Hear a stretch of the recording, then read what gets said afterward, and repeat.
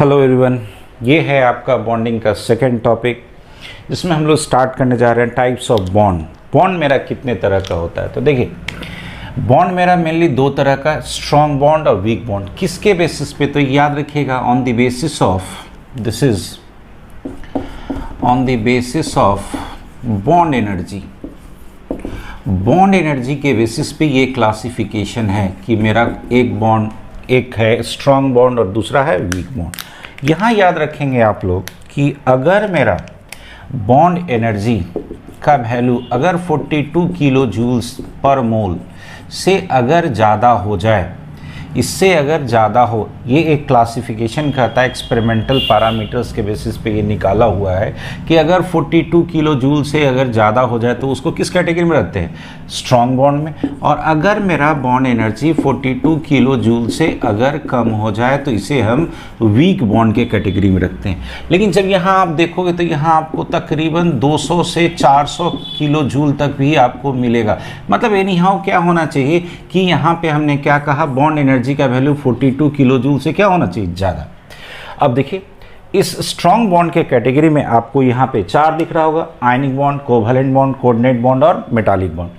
ये सब हम लोग एक एक करके सारा पढ़ेंगे। वीक बॉन्ड के कैटेगरी में आते हैं, तो वीक नाम से ही क्लियर है। तो ऑफकोर्स जो जब बॉन्ड बन रहा होगा तो हमने आपको क्या बताया था, कोई भी स्पीसीज जब बॉन्ड का फॉर्मेशन करता है, एक दूसरे के नज़दीक आता है, तो उसकी स्टेबिलिटी क्या होती है? बढ़ती है। तो स्टेबल कब होगा? जब उसकी एनर्जी घटेगी और वो एनर्जी कहीं ना कहीं क्या होगा? रिलीज होगा। एनर्जी अगर ज़्यादा रिलीज होगा तो बॉन्ड एनर्जी ज़्यादा होगा, एनर्जी कम रिलीज होगा तो बॉन्ड एनर्जी कम होगा। तो क्या होगा? Weak bond. वीक बॉन्ड के कैटेगरी में हमें 2 पढ़ना है, हाइड्रोजन बॉन्ड और वैन डर वाल्स फोर्स। तो कम से कम ये क्लियर हुआ। फिर से सुन लीजिए एक बार, बॉन्ड एनर्जी के बेसिस पे एक केमिकल बॉन्ड को 2 कैटेगरी में रखा गया है, एक स्ट्रॉन्ग बॉन्ड और दूसरा वीक बॉन्ड। स्ट्रॉन्ग बॉन्ड में कौन कौन? आयनिक, कोवैलेंट, कोऑर्डिनेट, मेटालिक। और वीक बॉन्ड में हाइड्रोजन और वैन डर वाल्स। इतना क्लियर है। अब एक जगह जैसे हमने कुछ एक क्वेश्चंस देखे गाइड में, 4 बॉन्ड दिया हुआ था और पूछा था ऑर्डर में सजाइए। तो देखो, यहाँ पे हम तो इतना समझते हैं कि चलो स्ट्रॉन्गेस्ट बॉन्ड आयनिक होता है और सबसे कमज़ोर वैन डर वाल्स होता है। लेकिन जब ऑर्डर सजाने को देगा ना, तो वो आप 10 बार याद कर लो, लिख लो, नहीं याद हो पाता है तो कम से कम उस सबके लिए ट्रिक्स डेवलप कीजिए। देखिए, यहाँ पे हम एक मेमोराइजिंग आपको ट्रिक्स बता देते हैं जो आप तुरंत ईजिली मेमोराइज कर सकते हैं। किसका है ट्रिक? तो ये ट्रिक है किसके लिए? Order of strength of bond. Order of strength of bond. Chemical bond का जो है आपका सारा का सारा, उसका जो स्ट्रेंथ किसका ज़्यादा है और किसका कम, तो इसको आप ऐसे याद रखेंगे। आईसीसी में है वैंडर, में है वैंडर। कितना आसान लगता है, आईसीसी में है वैंडर। आईसीसी मतलब क्या? कुछ जैसे आप समझते होंगे इंटरनेशनल क्रिकेट काउंसिल, तो उसमें कुछ ऐसा ही ये नाम लगता है कि हाँ, ये वैंडर कुछ यूरोपियन नाम लग रहा है। तो आईसीसी में कोई एक मेंबर है जिसका नाम कैसा है? वैंडर। इजली याद हो गया। अब इसे देखिए, हम इलोबरेट करते हैं। आई मतलब आयनिक, सी मतलब कोऑर्डिनेट, कोऑर्डिनेट, फिर सी मतलब कोवैलेंट। कहोगे कैसे सर, कैसे याद रहेगा? तो जब हम लोग पढ़ लेंगे तब कोऑर्डिनेट में आपको बताएंगे कि वहाँ 50% आयनिक कैरेक्टर होता है और 50% कोवैलेंट। तो ये आयनिक और कोवैलेंट के बीच में आ गया। तो सबसे स्ट्रांग कौन? आयनिक, तब कोऑर्डिनेट, तब कोवैलेंट, में मेटालिक, है हाइड्रोजन बॉन्ड, और उसके बाद सबसे लास्ट में कौन? Van der Waals force. यानी कि सबसे कमज़ोर कौन मिला मेरा? Van der Waals force. तो ये याद रखिएगा, सबसे कमज़ोर मिला, इसको आप यहाँ दिखा दो, सबसे कमज़ोर मिला मेरा कौन? Van der Waals force. तो शायद इस ट्रिक से आपको क्लियर हो गया होगा। फिर से बोलिए एक बार ट्रिक। आईसीसी में है वैन डर सबसे स्ट्रॉन्गेस्ट, यहाँ से देख लीजिए। I for ionic, C for coordinate, फिर सी फॉर कोवैलेंट, एम से मेटालिक, एच से हाइड्रोजन बॉन्ड, और ये जो वैंडर है इसके लिए हमने लिख दिया क्या? Van der Waals force. दम क्लियर हो जाना चाहिए कंसेप्ट। आईसीसी में है वैंडर, कहीं राइट डाउन कर लीजिए। हम आपको ढेर सारे ट्रिक्स बताएंगे और इस तरह से हम लोग एक एक करके सारे बॉन्ड्स को जिक्र करेंगे। तो हम लोग अब स्टार्ट करेंगे आयनिक बॉन्ड। इसी का दूसरा नाम है इलेक्ट्रोवैलेंट बॉन्ड। तो किसके बेसिस पे? बॉन्ड एनर्जी के बेसिस पे 2 तरह का, स्ट्रॉन्ग और वीक। और यहाँ पे हमने सारे बॉन्ड्स को एक सीरीज में सजा दिया। कौन सा सीरीज है? Order of strength of bond की। स्ट्रेंथ के बेसिस पे जो मेरा केमिकल बॉन्ड है वो कौन सा ज़्यादा स्ट्रांग है, कौन सा ज़्यादा सबसे वीक है। क्लियर है? चलिए अब हम लोग आते हैं आयनिक बॉन्ड। ओके, तो ये है हमारा आयनिक बॉन्ड। देखिए आयनिक बॉन्ड या इसका दूसरा नाम है इलेक्ट्रोवैलेंट बॉन्ड। कहते किसे हैं? देखिएगा, जैसे आयनिक नाम से ही क्लियर है कि किसी तरह से पहले वहाँ क्या होना चाहिए, आयंस बनना चाहिए, उसके बीच का जो फोर्स ऑफ अट्रैक्शन होगा that is called ionic bond. और हमें पता है आयंस का फॉर्मेशन कैसे होता है, या तो कोई स्पीसीज इलेक्ट्रॉन दे दे तो वहाँ कैसा चार्ज आएगा प्लस, या तो कोई स्पीसीज इलेक्ट्रॉन ले ले, न्यूट्रल स्पीसीज होना चाहिए। अगर वो इलेक्ट्रॉन ले लेता है तो उस पर नेगेटिव चार्ज आएगा, कोई दे देगा तो उस पर पॉजिटिव चार्ज आएगा। तो क्लियर कहता है कि it is formed by complete transfer of electrons. जब इलेक्ट्रॉन का पूरी तरह से एक जगह से दूसरी जगह ट्रांसफर हो जाएगा, तो यहाँ देखिए जैसे सोडियम है, सोडियम के बाहर में कितना इलेक्ट्रॉन, एक, क्लोरीन के बाहर में कितना, 7। जब ये एक इलेक्ट्रॉन इसको दे दिया तो जैसे ही ये देगा ये क्या बनाएगा, कटायन। तो यहाँ कटायन का फॉर्मेशन हुआ, ये ले लिया तो ये क्या बना लिया, अनायन। अब देखो इसके बीच क्या होगा, फोर्स ऑफ अट्रैक्शन। तो what is ionic bond? Ionic bond is a force of attraction, is a force of attraction which holds the two opposite ion, या कह सकते हो two or more opposite ion in a ionic molecule. यानी ionic bond भी क्या है, एक तरह का फोर्स ऑफ अट्रैक्शन है जो दो अपोजिट आयन को क्या करता है, एक जगह बांध के रखता है, एक जगह क्या करता है, बांध के रखता है। इसी बांध के रखने वाले फोर्स को आयंस को चूंकि बांध रहा है, so this is called ionic bond. Clear है? फिर से बोलो, ये कैसे बना, by the transfer of electrons. जब इलेक्ट्रॉन्स का कंप्लीट ट्रांसफर होगा तो ऑफ कोर्स एक कटायन बनाएगा और एक क्या बनाएगा, अनायन। ये चूंकि अपोजिट आयंस है तो क्या होगा, इसके बीच फोर्स ऑफ अट्रैक्शन होंगे, और यही जो फोर्स ऑफ अट्रैक्शन इसके बीच जो ऑपरेट होता है किसी भी एक मॉलिक्यूल में, that is called ionic bond. और हमने क्या सिखाया था, कभी भी अगर कहीं भी बॉन्ड बनेगा स्टेबिलिटी बढ़ेगी तो एनर्जी घटेगा, तो एनर्जी घटेगा तो वो एनर्जी किसी न किसी फॉर्म में तो रिलीज होना है। तो वही जो एनर्जी रिलीज होता है that is called bond energy. लेकिन बॉन्ड एनर्जी किसके केस में, यहाँ पे हम पढ़ रहे हैं आयनिक बॉन्ड। तो आयनिक बॉन्ड के केस में जो बॉन्ड एनर्जी रिलीज होती है that is called lattice energy. उसे हम क्या कहते हैं, लैटिस एनर्जी। कहोगे सर ये क्या है, तो सुनिएगा, पहले इसी को मैं बता दूं।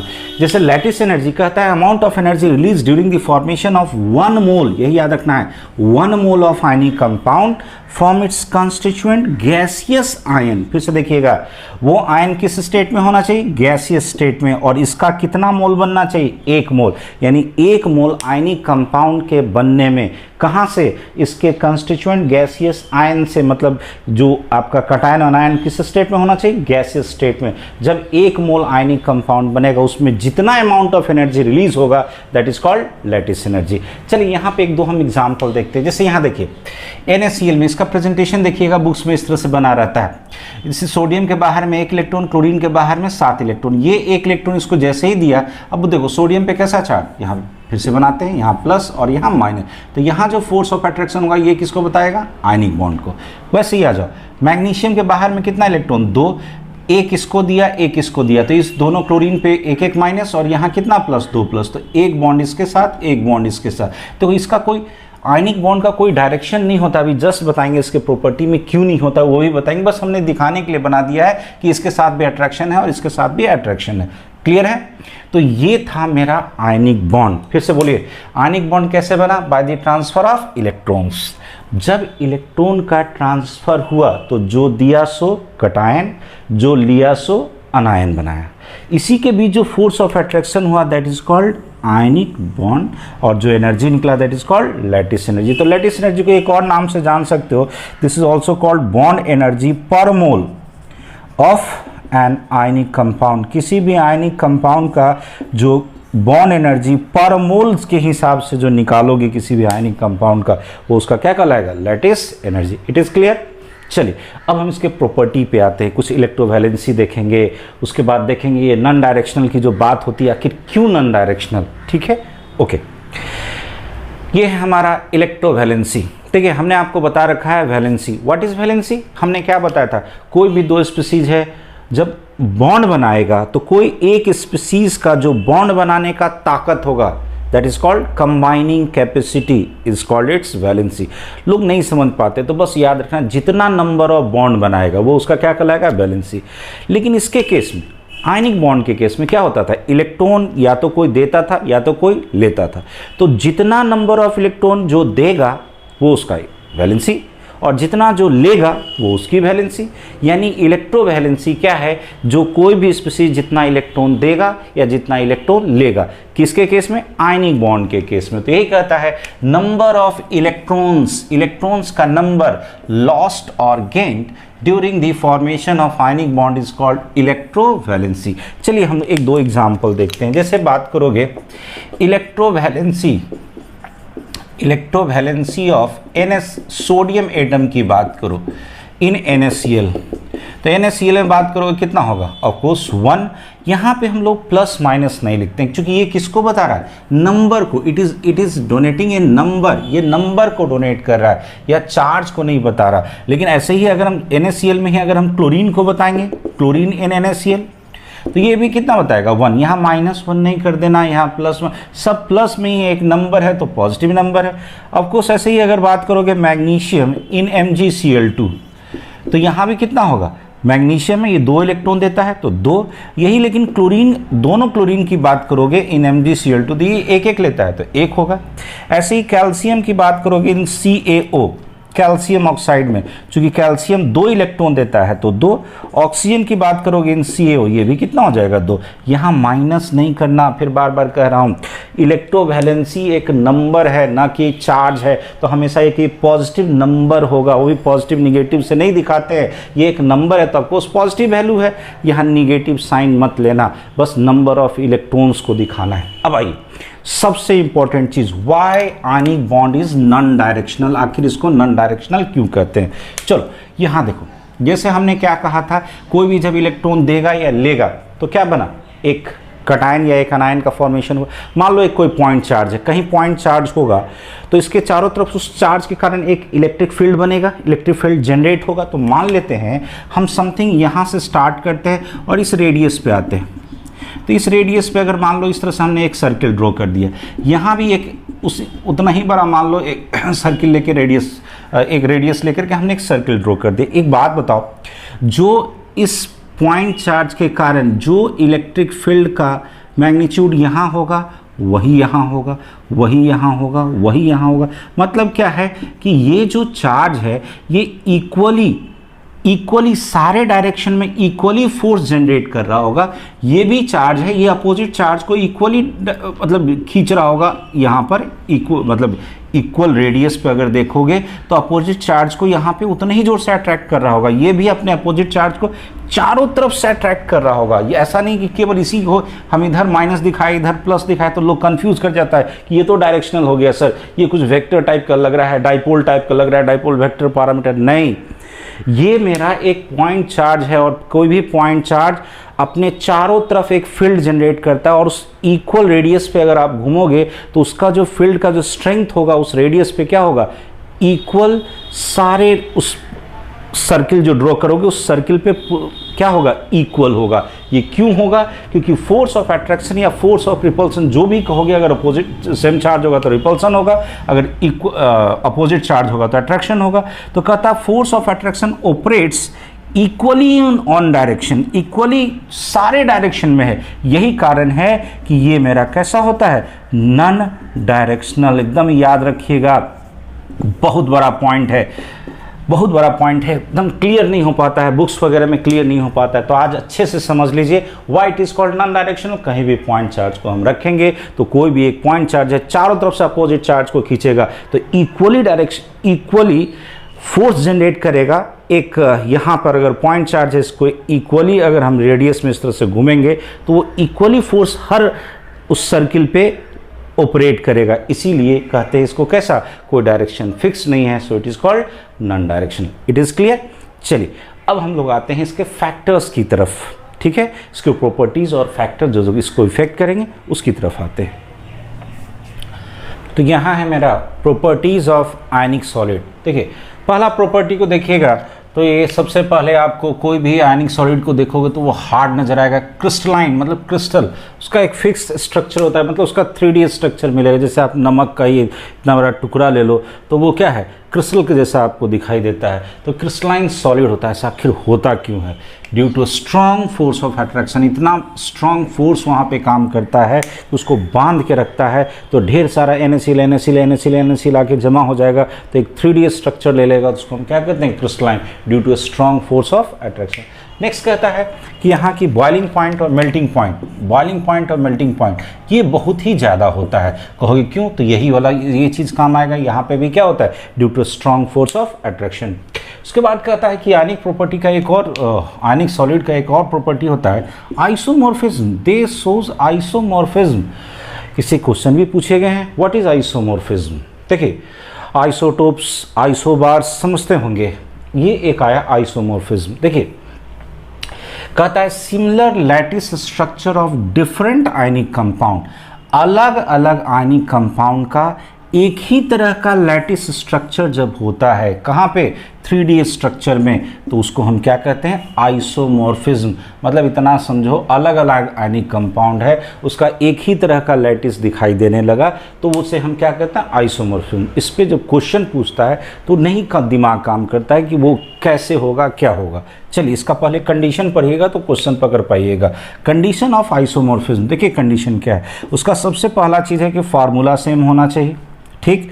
और दूसरा कहता है कटायन और अनायन का साइज नियरली सेम, ये मेन चीज है, कटायन अनायन का साइज नियरली सेम होना चाहिए। चलिए यहाँ देखिए, FeSO4 7s2 और MgSO4 7s2, ये दोनों को देखोगे यहाँ पे 7 क्या है? वाटर ऑफ क्रिस्टलाइजेशन, यहाँ भी 7 वाटर ऑफ क्रिस्टलाइजेशन, यहाँ भी Fe पे +2 और Mg पे कैसा है? +2। देखो तो यहाँ का ये जो साइज है, साइज थोड़ा मोड़ा डिफर कर रहा है, बट आप जब देखिएगा, चूंकि इसमें D सबसे ला जाता है, तो D आने के कारण उसमें थोड़ा सा कंट्रैक्शन होता है। आगे चल के आप पढ़ेंगे तो उसमें जो कंट्रैक्शन होता है, स्क्रीनिंग इफेक्ट, चूंकि D का बड़ा कम होता है तो बाहर वाले इलेक्ट्रॉन्स को खींच लेता है, तो इसका और इसका साइज नियरली, तो बहुत तो सेम नहीं कहोगे, बट आसपास आ जाता है, इसलिए ये दोनों क्या है? आइसोमॉर्फस है, ठीक है। FeSO4 7s2 या और कौन? MgSO4 7s2 को। लेकिन जब हम ऊपर वाले की बात करें, देखो यहाँ पे NF और MgO, इसको हमने कहा है ये आइसोमॉर्फस है। क्यों?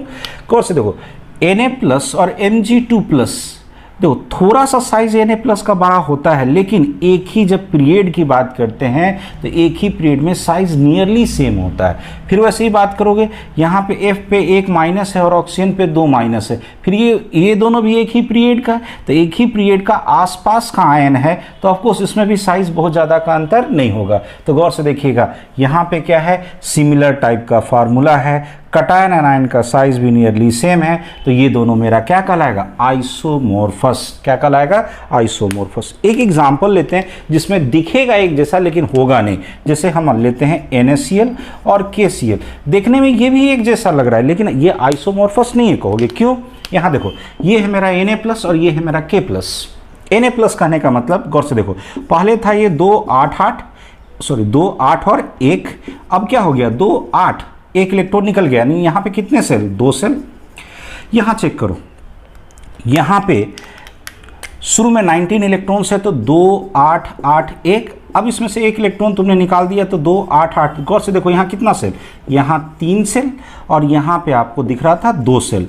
तो देखो साइज में अच्छा खासा डिफर कर रहा है, ये साइज में अच्छा खासा डिफर कर रहा है। तो NaCl और KCl ये एक जैसा दिखते हुए भी ये आइसोमॉर्फस नहीं है। तो शायद आइसोमॉर्फस का क्वेश्चन अब टैकल आप कर सकते हो। क्या होना चाहिए? साइज नियरली सेम और सिमिलर फार्मूला।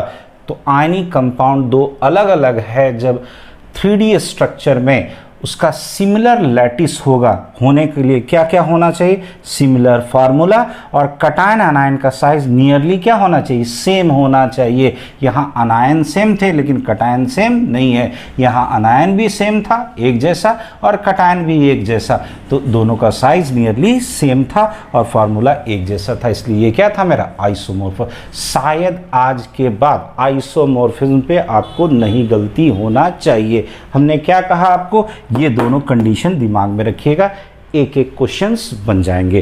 क्लियर है ये चीज? चलिए हम आगे की ओर बढ़ते हैं। ये है मेरा next property, conductivity of ionic solid. This is conductivity of ionic solid. आते हैं इस पे। देखिए कहता है इन आयनिक, ये in solid state, sorry in in ionic solid, ये इसको कहो इन सॉलिड स्टेट। अगर जब ये सॉलिड स्टेट में होगा तो याद रखिएगा ये एक बैड कंडक्टर होता है, ये अच्छा कंडक्टर नहीं है। कहोगे सर वहाँ तो आयंस है, ऑफ कोर्स आयंस है, बट वो क्या होता है, आयंस एक दूसरे से बंधे हुए, जैसे एक फोर्स ऑफ अट्रैक्शन है तो एक मान लो सोडियम है तो 6 क्लोरीन से होगा सराउंडेड, फिर एक क्लोरीन है 6 सोडियम से सराउंडेड होगा। तो क्या है वहाँ पे एक इस तरह से एक 3D स्ट्रक्चर रहता है, वो फिक्स्ड रहता है वहाँ पर से। तो इसीलिए सॉलिड के केस में वो अच्छा कंडक्टर नहीं है। लेकिन जब उसको पानी में डाल दो या उसको गला दो, हीट दे करके मोल्टेन स्टेट में ले जाओ, तो ये 3 टर्म आपको मिलेगा क्वेश्चन में, एक्वस स्टेट, मोल्टेन स्टेट या फ्यूज्ड स्टेट। ये तीनों एक ही जैसा है। एक्वस मतलब पानी में मिला दिया, एक्वस और मोल्टेन मतलब अंतर समझो। एक्वस मतलब होता है उसको जो हमने वाटर मीडियम में डाल दिया, मोल्टेन मतलब उसमें पानी नहीं मिला, उसे इतना हीट दे दिया कि वो क्या कर गया, मेल्ट कर गया, पिघल गया, तो उसे कहते हैं। और फ्यूज स्टेट भी वही है, जब उसको हम फ्यूज मतलब टूट जाए, मतलब वो आयंस एक दूसरे, मतलब यही मोल्टेन का ही दूसरा फॉर्म है, कौन सा, फ्यूज स्टेट। तो कहता है इसमें ये एक अच्छा कंडक्टर होता है, ये एक बहुत ही अच्छा कंडक्टर होता है, गुड कंडक्टर ऑफ इलेक्ट्रिसिटी। क्यों, देखो तो जैसे ही मान लो पानी में हमने डाल दिया तो नमक कैसे टूटा, Na प्लस और Cl माइनस में। तो जब ये टूट गया तो Na प्लस ऑफकोर्स अलग हो गया और Cl माइनस अलग हो गया, तो ये आयंस फ्री आयंस के फॉर्म में हो गया। तो कहीं भी इलेक्ट्रिसिटी के कंडक्शन के लिए हमें क्या चाहिए, आयंस या फ्री इलेक्ट्रॉन्स। तो ऑफकोर्स यहाँ पे जो आयंस है वो इलेक्ट्रिकल कंडक्टिविटी के लिए रिस्पॉन्सिबल होता है। लेकिन किस स्टेट में, एक्वस में, सॉलिड स्टेट में नहीं। सॉलिड स्टेट में वो कैसा होता है, बेचारा बैड कंडक्टर होता है। क्लियर है, चलो आगे की ओर बढ़ते हैं। अब सॉल्युबिलिटी की बात करते हैं। तो सॉल्युबिलिटी की जब आप बात करोगे तो कहता है highly soluble in polar solvent. Polar जैसे कौन, वाटर। अभी हम आपको एग्जांपल से बताएंगे। देखिए यहाँ पे एक प्रोवर्ब है जिसको मुहावरा आप कह सकते हो, लाइक डिजॉल्व्स लाइक, मतलब जो जैसा है उसको वैसा ही चीज चाहिए। मतलब पोलर के लिए पोलर चाहिए, जैसे पोलर अगर आपका सॉल्यूट है तो पोलर सॉल्वेंट चाहिए, और अगर नॉन पोलर सॉल्यूट है तो नॉन पोलर सॉल्वेंट चाहिए। तो ये स्टेटमेंट मैंने यहाँ लिख रखा है, polar solute dissolves in polar solvent and non polar solute is dissolve in non polar solvent. चलिए एक एग्जाम्पल लेते हैं। जैसे आप नमक लो, नमक को आप पानी में डालोगे, देखोगे डिजॉल्व कर जाएगा, ठीक है। लेकिन उसी नमक को आप तेल में डालो, देखो डिजॉल्व नहीं करेगा। लेकिन जैसे मान लो वही ऑयल जो है आपके हाथ में लग गया, आप पानी में साफ करो, देखो ये साफ नहीं हो रहा है। लेकिन जब उस पर साबुन दोगे या फिर उसको तुम किसी किरोसिन वगैरह से साफ करोगे, देखो साफ हो जाएगा। या फिर घर में देखते हो पेंटिंग जो होता है, जो पेंट होता है, वो पेंट अगर कहीं लग जाता है तो देखो उसको किरोसिन से साफ किया जाता है। क्यों, किरोसिन किस नेचर का, नॉन पोलर, और वो पेंट भी किस नेचर का, नॉन पोलर। क्लियर है। नमक किस नेचर का, पोलर। पानी किस नेचर का, पोलर। फिर वो जो ऑयल था मेरा, कोई भी ऑयल ले लो, तो जो घर में जैसे आप देखते हो कोई भी ऑयल है, उस ऑयल को तुम पानी मिलाओगे, देखो नहीं मिलेगा, क्योंकि ऑयल किस नेचर का, नॉन पोलर, और पानी किस नेचर का, पोलर। मतलब एक दूसरे में सॉल्युबल होने के लिए नेचर सेम होना चाहिए। So it is called like dissolves like. चलिए हम इसका एक एग्जाम्पल लेके समझते हैं। चलो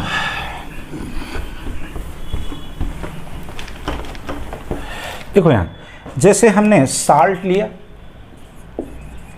और यहाँ हमने वाटर लिया, तो ये ऑफकोर्स ये क्या है मेरा H2, और ये साल्ट जो टेबल साल्ट है मेरा NaCl। तो NaCl पे हमें पता है यहाँ प्लस है और यहाँ माइनस है, तो ये ऑफकोर्स ये आयंस के फॉर्म में, तो इसको ये तो पहले ही पोलर है। कहो कुछ लोग नहीं समझते हैं पोलर का मतलब, तो पोलर का मतलब ऐसे समझो जैसे मैग्नेट है, तो मैग्नेट का 2 पोल क्यों कहते हैं, क्योंकि यहाँ पे एक पे प्लस होता है, एक पे माइनस होता है, तो उसी के जैसा ये मॉलिक्यूल दिख रहा है। So it is called polar molecule, चूंकि एक तरफ पॉजिटिव है और एक तरफ निगेटिव है। यहाँ देखो चूंकि ऑक्सीजन का इलेक्ट्रोनिगेटिविटी हाइड्रोजन से ज़्यादा होता है, तो ये इलेक्ट्रॉन खींचेगा, तो यहाँ हल्का सा माइनस, इसको डेल्टा माइनस से दिखाते हैं, चूंकि इलेक्ट्रॉन उधर पोलराइज कर गया, और यहाँ पे तब कैसा होगा प्लस। तो ये भी मेरा कैसा हो गया, पोलर। ये है मेरा सॉल्वेंट और ये है मेरा सॉल्यूट। अब जब हम इन दोनों को मिक्स करेंगे, इन दोनों को हम मिक्स करेंगे, सुनिएगा, जब हम इन दोनों को मिक्स करेंगे तो ये जब एक दूसरे के नज़दीक आता है, एक दूसरे के नज़दीक आता है, तो यहाँ पे एक अट्रैक्शन होगा। उस अट्रैक्शन में जितना एनर्जी निकलता है, that process is called solvation. Solvation, और चूंकि पानी है तो उसको हम कहते हैं हाइड्रेशन। चूंकि पानी में वो सॉल्वेंट चूंकि मेरा वाटर है तो उसको कहते हैं हाइड्रेशन, और इसमें जितनी एनर्जी निकलती है that is called hydration energy. क्या कहा है हमने? Hydration energy. और जब ये हाइड्रेशन एनर्जी का वैल्यू हमने जो अभी कुछ देर पहले बताया था लैटिस एनर्जी से ज़्यादा हो जाएगा तो ये मेरा साल्ट उसमें जाके डिज़ोल्व कर जाएगा। और कब हमने क्या कहा? जब इस हाइड्रेशन एनर्जी का वैल्यू लैटिस एनर्जी से ज़्यादा हो जाए तो साल्ट डिज़ोल्व कर जाएगा और मेरा क्या मिलेगा? Salt solution. चलिए फिर से देखिए क्या कहा, नमक मेरा कैसा मिला? पोलर सॉल्यूट, क्योंकि यहाँ पे प्लस माइनस दिख रहा है। पानी भी कैसा मिला?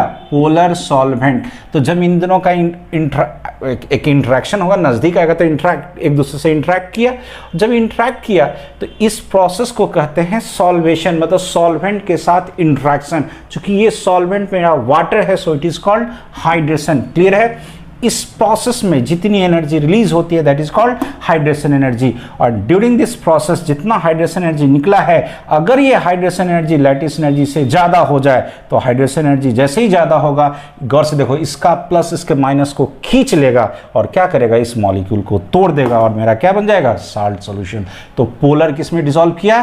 पोलर में। कब डिसॉल्व किया? जब हाइड्रेशन एनर्जी की वैल्यू लैटिस एनर्जी से क्या हो गई? ज़्यादा। क्लियर है कंसेप्ट? एक चीज़ और, सॉल्वेंट के केस में ये जब हमने सॉल्बिलिटी की बात की तो ये कहता है solubility is directly proportional to dielectric constant of solvent. मतलब सॉल्बिलिटी किसी भी जो भी सॉल्वेंट है मेरा, उसकी जो सॉल्बिलिटी की जो पावर होगी वो किस पे डिपेंड करता है? That depends on dielectric constant. अब ये डाइलेक्ट्रिक कांस्टेंट है क्या? सुनो, हमने अभी आपको बताया था आयनिक बॉन्ड में ये जो फोर्स ऑफ अट्रैक्शन है, इस फोर्स ऑफ अट्रैक्शन को जो न्यूट्रलाइज करने का ताकत है, फिर सुनना, डाइलेक्ट्रिक कांस्टेंट किसी भी सॉल्वेंट का क्या है?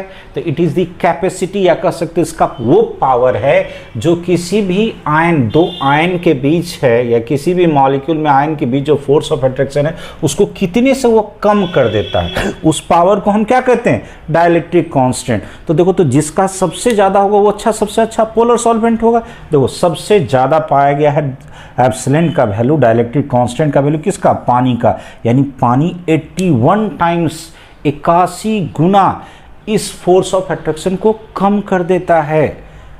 गौर से सुनिएगा, पानी क्या किया? 81 टाइम्स इस फोर्स ऑफ अट्रैक्शन को घटा दिया। यही कारण है पानी को यूनिवर्सल सॉल्वेंट कहा जाता है और ये बहुत ही अच्छा पोलर सॉल्वेंट है। कौन? वाटर।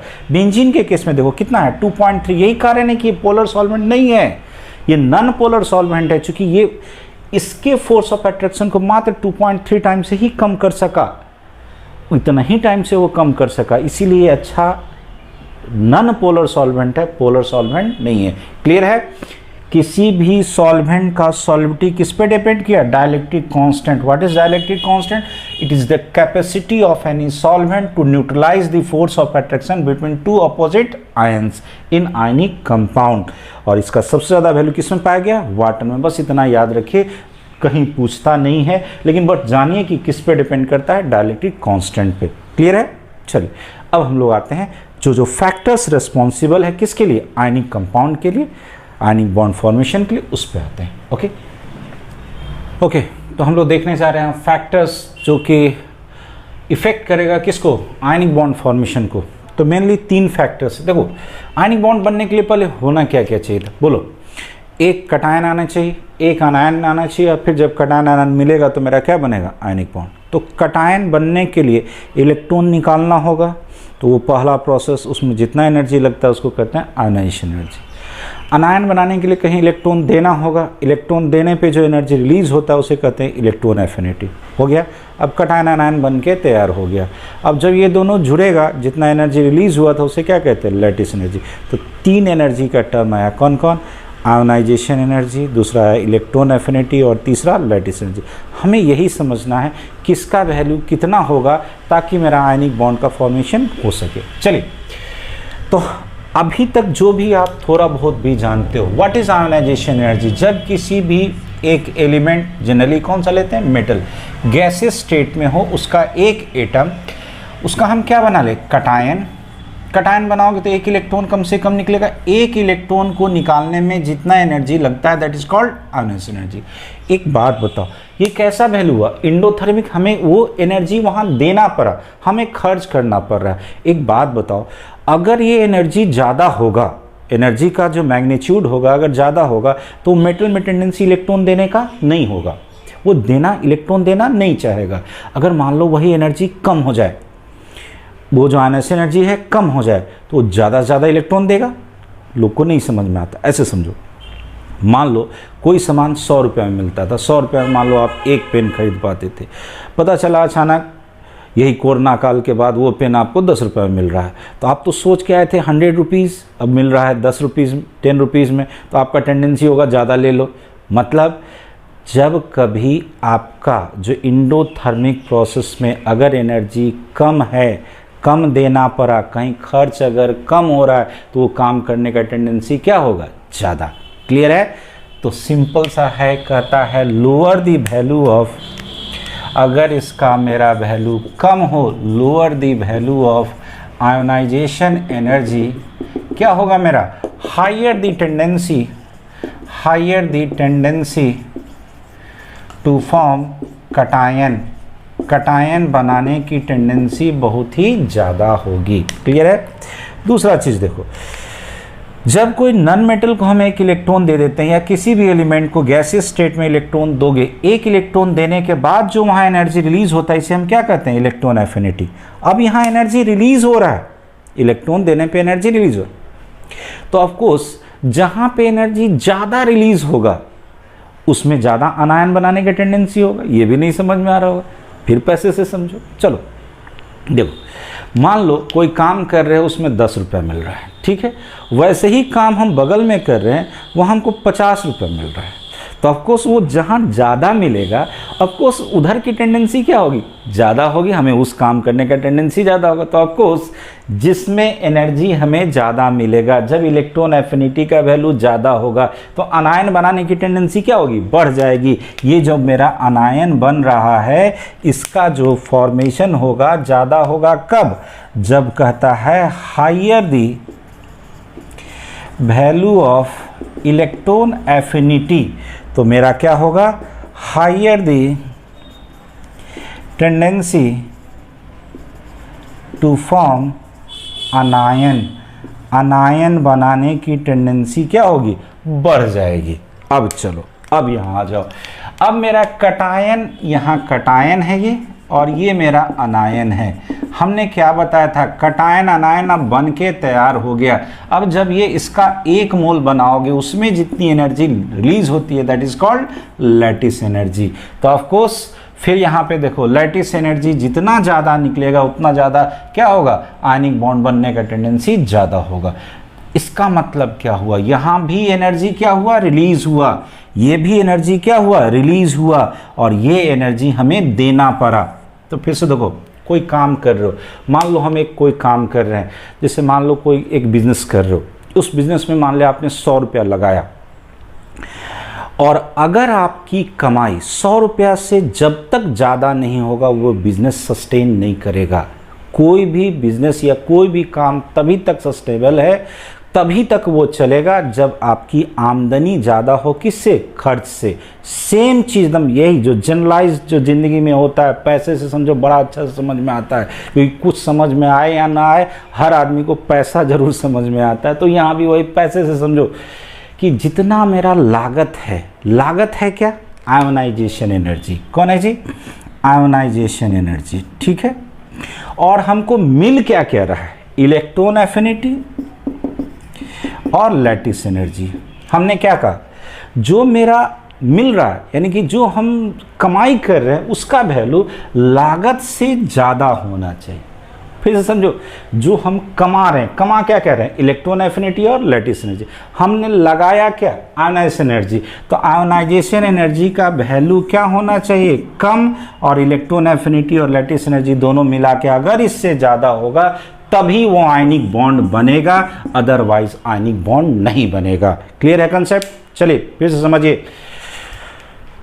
आयनिक बॉन्ड के लिए क्या चाहिए था, एक कटायन बनाने में जितना एनर्जी लगा आयोनाइजेशन एनर्जी, एक क्या चाहिए था अनायन बनाने में हमें जितना एनर्जी मिला that is called electron affinity. अब जो दोनों मिलेगा इसमें जितना एनर्जी रिलीज होगा that is called lattice energy. तो हमें मिला कौन कौन, लैटिस एनर्जी और इलेक्ट्रॉन एफिनिटी। हमें खर्च क्या करना पड़ा, आयनाइजेशन एनर्जी। तो जब इस दोनों का सम आयोनाइजेशन से ज़्यादा हो जाए तब कहता है मेरा क्या बनेगा, ionic bond, otherwise ionic bond का फॉर्मेशन नहीं होगा। एकदम हमेशा पैसे से समझिए कि जब लागत से ज़्यादा क्या होना चाहिए, कमाई, तभी वो बिजनेस चलेगा, नहीं तो वो बिजनेस नहीं चलेगा। शायद ये कंसेप्ट क्लियर हो गया होगा। अगले वीडियोस में हम आपको लेके आएंगे लैटिस एनर्जी और लैटिस एनर्जी किस मॉलिक्यूल में और स्टेबिलिटी कैसे सोचते हैं, उसका साइज के साथ क्या रिलेशन होता है लैटिस एनर्जी, और इसको कैलकुलेट कैसे करते हैं वो भी यहाँ पे बता देंगे। ठीक है, तो शायद ये कंसेप्ट क्लियर हो जाए। और एक चीज़ और कि जैसा भी आपको वीडियोस लगता है ज़रूर कमेंट सेक्शन में जाइए। एकदम हम चाहते हैं कि स्टूडेंट किस तरह से रिस्पॉन्ड करता है इस मेरे इस पढ़ाए हुए को। जैसे रिस्पॉन्ड करोगे हम उसी के अनुसार सोचेंगे, अपने आप में भी कुछ बदलाव लाएंगे, कोशिश करेंगे आपके अनुसार हम उसको डील कर दें। और थोड़ा सा अरे क्या जाता है, कम से कम मोराल तो बूस्ट करो। बूस्टअप करने का यही एक तरीका है, कम से कम कुछ तो जाइए, उस पर लाइक्स दीजिए, नहीं तो डिसलाइक ही कीजिए बट कीजिए। और कमेंट सेक्शन में जाके ज़रूर मेंशन कीजिए आप कैसा लगा, क्योंकि इस तरह से जो कमेंट्स आते हैं उससे हमारा मोराल बूस्टअप होता है। भले डिसलाइक करो, लगता तो है कि कोई तो हमारे वीडियो पे आ रहा है। ठीक है, और अगर अच्छा लगता है तो काइंडली मैक्सिमम बच्चों के साथ शेयर कीजिए और सब्सक्राइब कीजिए। Thank you.